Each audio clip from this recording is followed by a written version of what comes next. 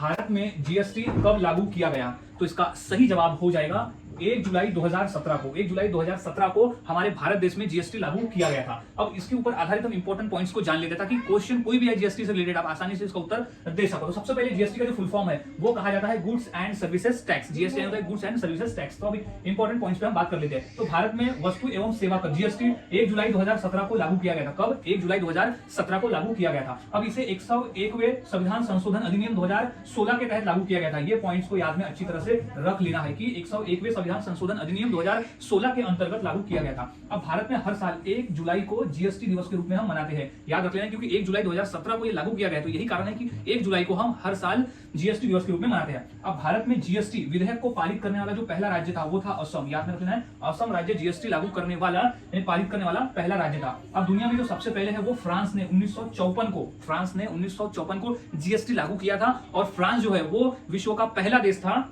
जिसने जीएसटी लागू किया गया। अब भारत का जो जीएसटी मॉडल है वो कनाडा देश के मॉडल पर आधारित है। भारत का जो जीएसटी मॉडल है वो कनाडा देश के मॉडल पर आधारित है। सो गाइस ये सभी पॉइंट्स को अच्छी तरह से याद में रख लेना है क्योंकि ये सभी पॉइंट्स इंपॉर्टेंट है पेपर के पॉइंट ऑफ व्यू।